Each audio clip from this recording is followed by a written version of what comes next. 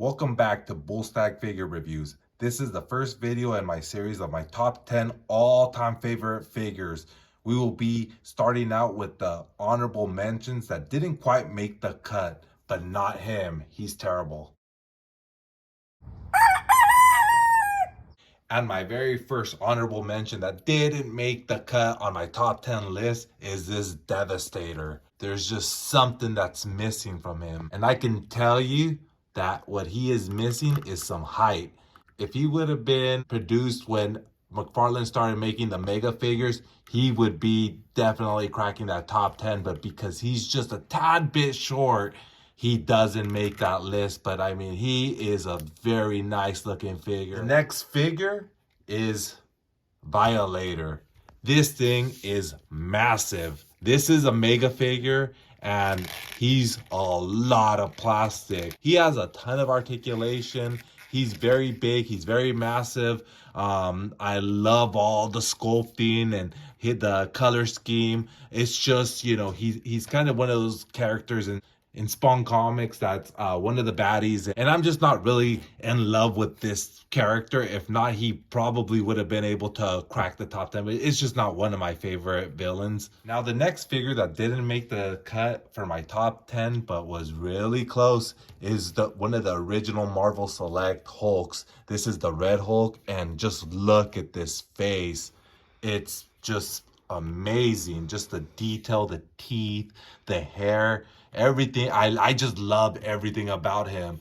But unfortunately, one of the things I don't like about this figure is some of the articulation. He's a little bit more statuesque than an actual action figure. Diamond Select or Marvel Select are starting to include a lot more points of articulation, but still, one of my favorite figures just didn't crack the top 10. And staying with Marvel Select, my next figure that, again, I just absolutely love, but didn't make the cut is the Marvel Select Sabretooth.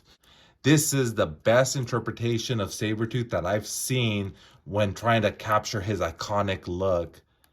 I love everything with the sculpting, the way his fur just pops out, all the little detail that they put around his arms and forearms.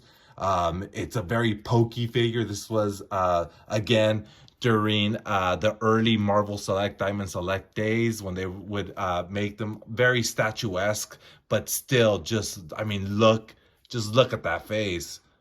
Just simply amazing. Love this figure.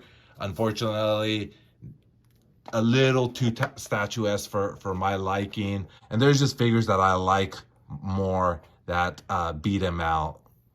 The next honorable mention, and I'm starting to run out of room here, but there's a few more left, is this Monolith figure. This is a McFarlane Monolith.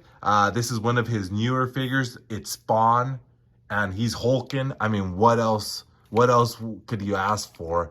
I mean, all the detail around his arms, that skull, the face, the eyes, everything is sculpted on this figure. Even I love the belt, the way that pops out, the contrast in some of those greens with the red, the chains. It's just a very, very nice looking figure. He would have been a little bit higher on my list had I known more about Monolith, but I don't think he makes a ton of appearances even in the comic. My second to last honorable mention is this Bane Collect and Connect figure. This one I really like because of his outfit. This is the Nightfall costume.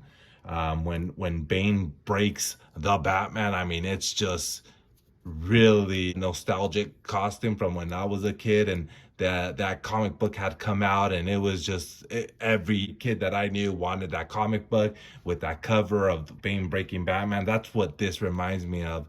But unfortunately, again, it didn't make my cut with the top 10 just because I feel like there's better figures out there. Not that I want to give any hints away for what's gonna come in my top 10 video. The very last honorable mention is the McFarlane Bane. He didn't crack the top 10, even though he is amazing looking, I think it's really nice how he gave him all this muscles and all the different veins, and it really looks like he just got pumped up and jacked up with venom. And it's just that he didn't make my top 10. He just there's something missing. I like him, but I don't love this vest. It's almost like he wanted to make a Nightfall figure, but didn't really. He put kind of his artistic spin, which is okay, but it's just, I don't know. I feel like, again, I don't want to give anything away, but I feel like there's other better Bane figures out there. So, but still, just the pant detail, everything is sculpted in the pockets. I mean, this thing is pretty amazing. And had I not owned better Bane figures, this one would definitely have made the top 10. So those are all my honorable mentions. The next video will start with number 10, and we will do a countdown all the way to my very, very favorite number 1 figure that I possess, and that, of course, is out of the box. So if you like this video, please like, share, and subscribe.